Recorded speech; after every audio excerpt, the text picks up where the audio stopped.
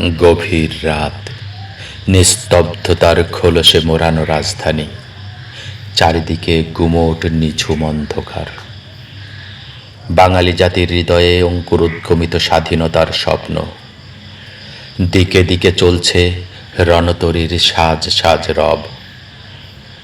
বাংলা মায়ের গর্ভে ধারণ করেছিল স্বাধীনতার ভ্রূণ। ভূমিষ্ঠের অপেক্ষায় ছিল দীর্ঘ ৯ মাসের। সমগ্র বাঙালি জাতি প্রতীক্ষার প্রহর আর প্রয়োজনীয় প্রস্তুতির অপেক্ষায়।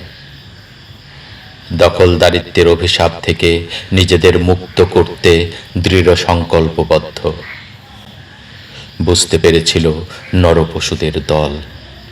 তাই মাতৃগর্ভেই ভ্রূণ নষ্টের ষড়যন্ত্রে মেতে উঠল ইতিহাসের জঘন্যতম পৈশাচিক বর্বরতায়। রাতের অন্ধকারে সহসায় গর্জে উঠল জলপাই রঙের দানব। নিস্তব্ধতা ভেদ করে মানুষের আহাজারিতে আকাশ বাতাস ভারী হয়ে উঠল।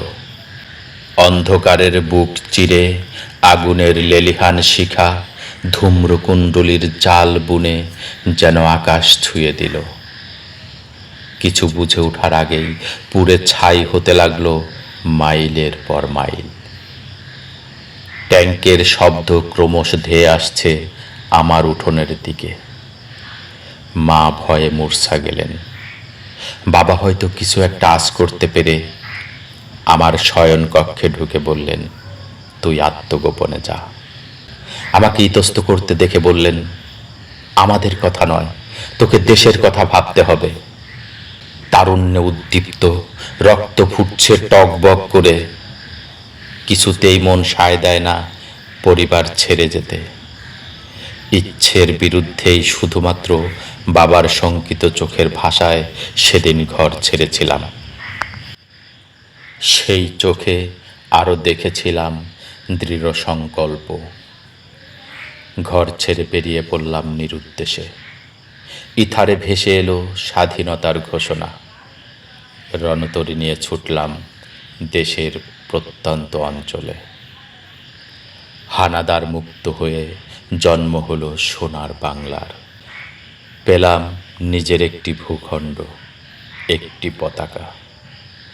আজও পাইনি যাদের ছেড়ে এসেছিলাম সেই রাতে। ওরা নৃশংসভাবে হত্যা করেছিল আমার বাবা আর মাকে। ধরে নিয়ে গিয়েছিল আদরের ছোট বোন আর প্রিয়তমা স্ত্রীকে। আজও খুঁজে পাইনি তাদের, আজও খুঁজে পাইনি।